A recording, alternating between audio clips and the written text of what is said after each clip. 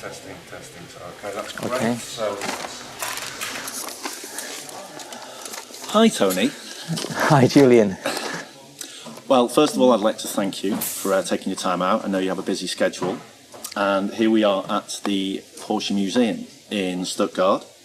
And we're going to run through a little bit of background about yourself, how you got started, and your career, and obviously your involvement with Porsche, and the specific vehicles that we have in this great facility. Okay. So, when you were younger, I'll take it from the top. First, where did the interest in cars start? I don't know whether it's probably the same for every young kid. Cars, dinky toys, corgi toys, and Dad bringing back home from work a brochure about the next car he wants to buy, and then buying autocar or motor in those days. And I just became infatuated by cars.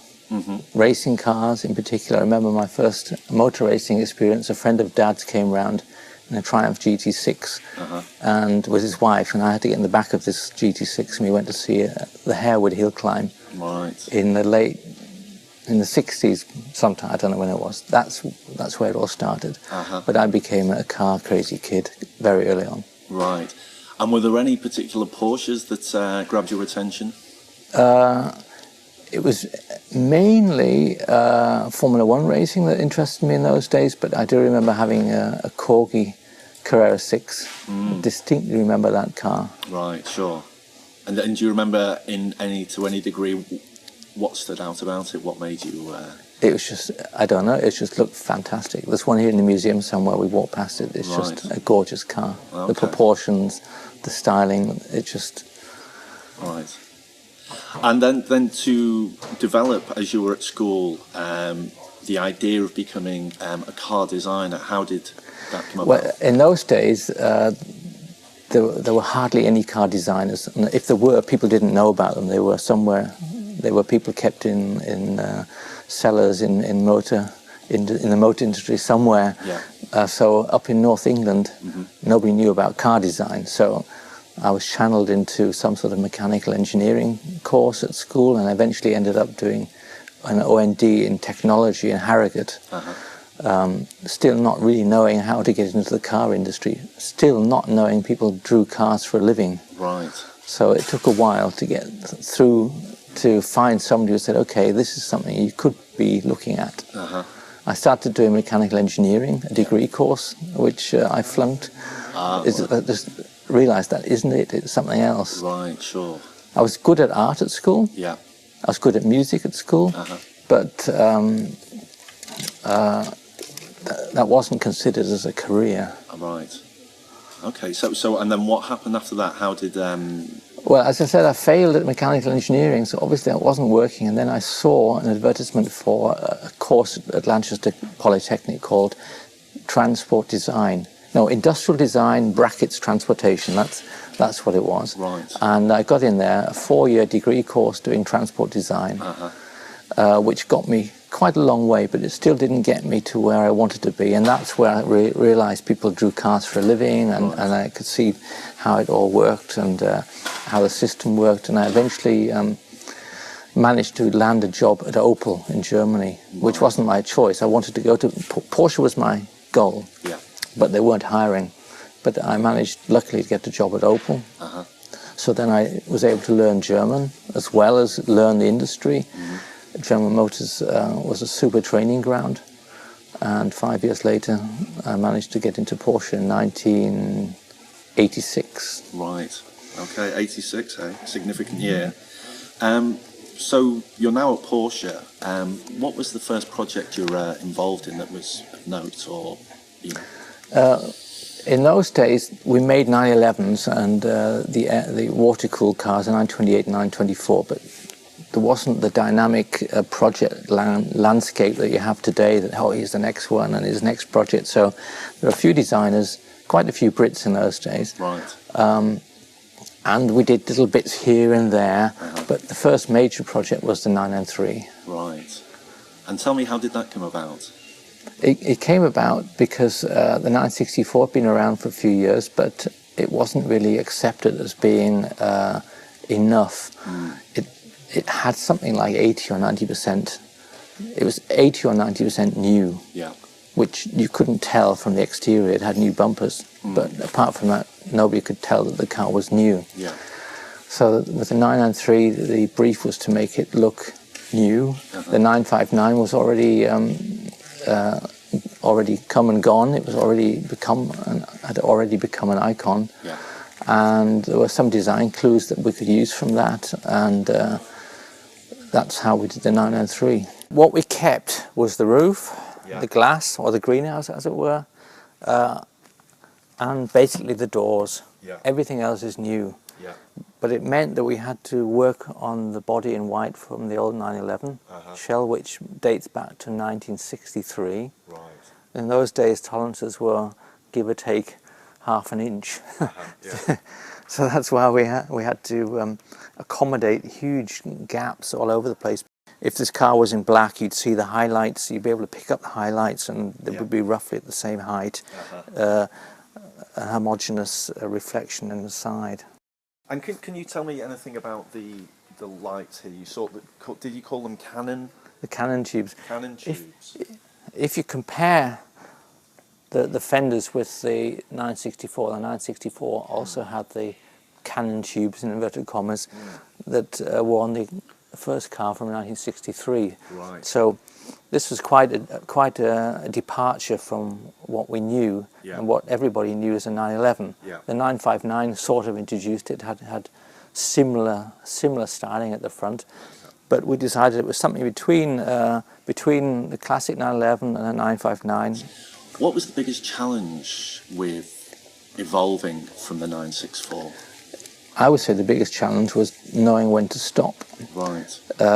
It was a tightrope walk, working on a car that was so in the face of the public.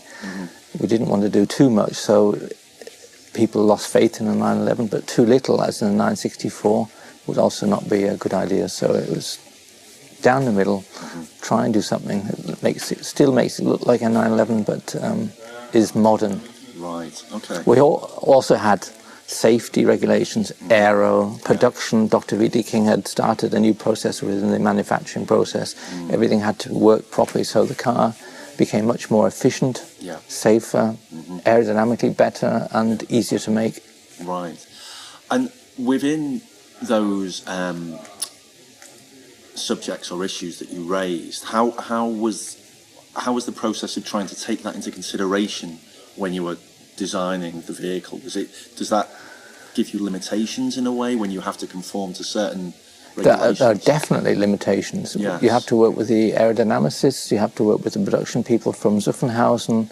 There are all sorts of things that are stopping you doing what you'd like to do. Yeah. I think we did a good job in the end, but there were serious production problems. Right. Can you identify anything that was... Well, if you're making a plastic front, which is the first time we made... No, the 964 was plastic, but it has to have draw angles on the parts. Right. Has to have certain radiuses for safety. And all these things, if you draw something, it doesn't automatically mean it can be made. Right. And then it has to be put into a wind tunnel and tested, and so on. Right, sure. And what feature are you most proud of with the 993? Because it's seen as quite a landmark vehicle in the whole sort of history of the 911. Yeah, it's difficult to put a feature. I think the overall proportions are great. It's really narrow at the back. We managed to tuck it in at the back. Yeah. It's got super hips. If you close your eyes, you'll be able to find out where the wheels are, because the wheel arches are there where the wheels are. Yes. There's no excess flesh on the car or meat. It's a very taut, muscular car, especially the 2S, which had the wider rear. Right, yes. And the turbo front is also a bit better than the standard one. Better is the wrong word there in that case. Different.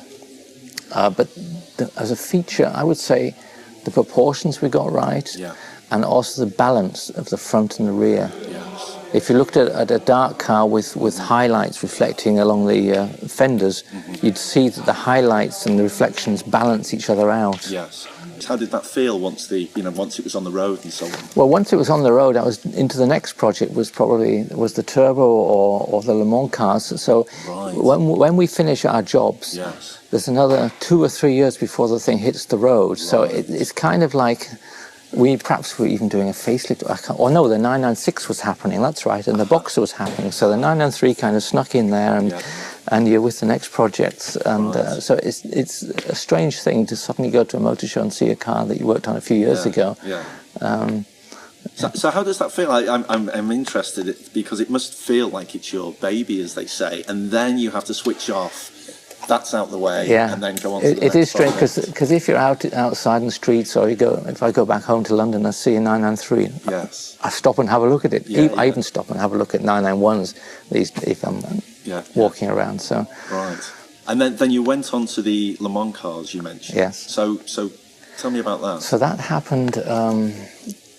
That happened in '95, where I was being used as a guinea pig in the studio. I was working then on groundbreaking new technology with a design system that you could design and build surfaces in a computer. Right.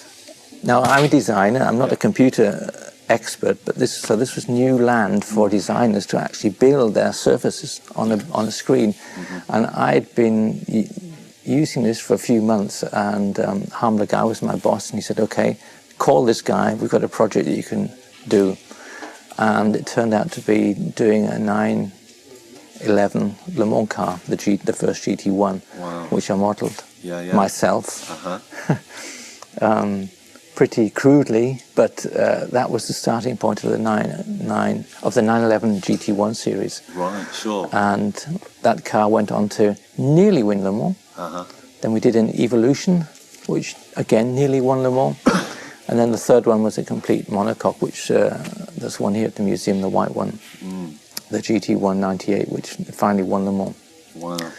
Also, being a designer, you get, as I said before, you get a bit, you're a bit away from the car that eventually comes out, which is 2 or 3 years down the road. With the GT1, we did the car in '95. In '96, it was running at Le Mans. That meant in '96, in the spring, there was a road car. There were training cars, so it was a project that happened while you were working on it. It was an intense, super period of my life. And then the Evolution, and then the 98 one. And the designer's work is practically finished, but we have to do the graphics. And I got the job of doing everything on the 98 car. And we were running open cars for Just as well, so we had 4 cars in the first 4 places. I was in charge of all the graphics, the logistics of the graphics. I spent 8 days at Le Mans. Wow. Incredible. And then when the flag drops to start the race, I got civil clothes. I had to take off all my Porsche uniform, and I became a spy in the pits for the radio. And you get assigned to watch other cars, and I was watching the Nissan and the Panos, and I had to radio in when they changed the tires or filled up or changed drivers. So I had a fantastic Le Mans, and then we won, and it was just an unbelievable experience. It must have been. Yeah. And what did you learn from that, from a design perspective? Moving from road cars into track. Were there different elements you had to consider? It became a serious aerodynamic project at the end, which is one thing. But the other thing I learned was efficiency of time and getting stuff done and making decisions. And after that, I became manager of external projects, which also was a similar sort of thing. We were working for customers, money was important, and you had a time schedule, and that was a super ground training for my job at the moment. My job is, or the last job anyway, sports car design manager, and now the quality manager. It's been a good training. Yes. You've also worked on the updated Cayman, or the second generation Cayman, and I watched a video where you were referencing the 904 with its sloping rear. Can you tell me a bit about that, and what was it about that gave you inspiration? Well, I didn't design the Cayman, let's put it that way. I was I was a design manager of that project, but I wasn't a designer, and I was probably illustrating, if I remember, the difference between the Cayman and the 911 in terms of form, I think, where the Cayman has much more voluminous, how do you say that? Voluminous Yeah. fenders. Yeah, yeah. Where the 911 has relatively tight fender line that comes up from the front, and then kind of runs into the DLO, and does this hoop and comes back down. There's a classic 911 line. The Cayman's different. It has these two fenders, and then it has a lovely DLO with this kicked up rear line. So I was probably describing the difference between the two cars. Right, yeah, sure. Okay.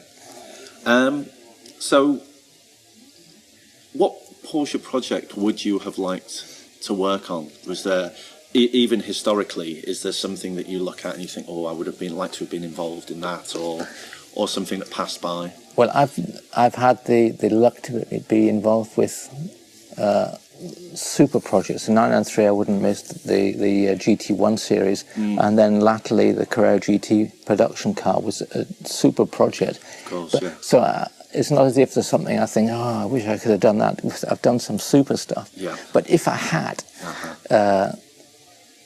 we get back to the Carrera 6 and the 917. Yes. These absolutely super racing cars of the 70s, late 60s and the early 70s. Yeah. They were just fantastic. Right, right. And you mentioned the Carrera GT. Can you give some insight into your involvement with that? Well, I got involved shortly before the show car was finished. Right. And this was a car, the show car was based on a chopped up Boxster, and we bolted the stillborn LMP1 engine onto the back, the V10, and that was the show car. My job then was to make it into a real car. Yeah, yeah. I worked with the racing department, which I was back with the same crew that I worked with on the GT1, so it was a fantastic experience again. Yeah.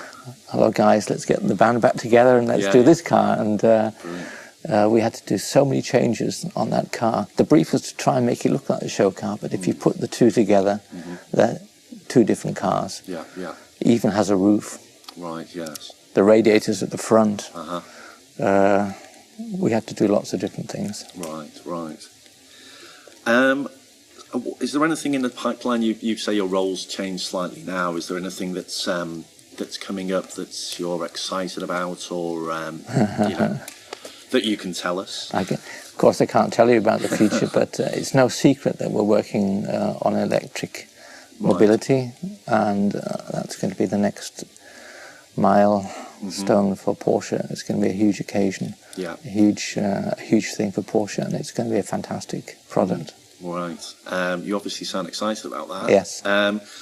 I know, obviously, with electric vehicles, you have to take into account a different layout from an engineering perspective. Does that obviously bring its own its own design challenges? Let's say it is a challenge. I'm not going to go into it because I can't, but it's definitely a big challenge. Yeah.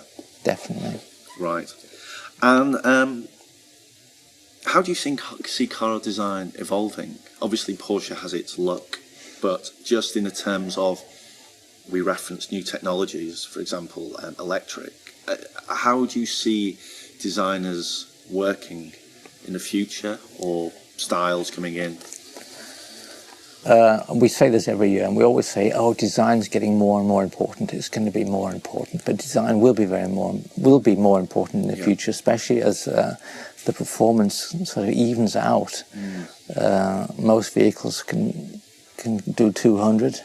There's nowhere in the world apart from Germany where you can go that fast anyway, so that's relatively irrelevant, and it become increasingly irrelevant as what the performance advantage you have. So it'll be more and more design relevant, and we see our role in the future as being even more important than today. Right, sure.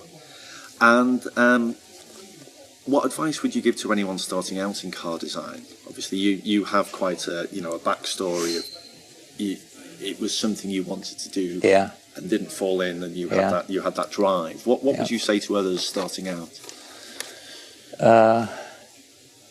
it's not as easy as you'd think. Right. Yeah, it's very, very competitive. And it's a branch of industrial design. Design is fantastic. It's very creative. Car design doesn't have to be. You don't have to be a car designer. You can design other things and get the same amount of satisfaction, I think. But if you want to be a car designer, it's tough. Yeah. You have to go to the right schools and stick at it. It's not easy anymore. Right. Okay. And final question. You've been with Porsche for nearly 4 decades now, is it? 31 years. 31 years. So Yeah. you're now entering your 4th decade. I hadn't thought of it that way before. Sorry about that. What makes the Marque so special?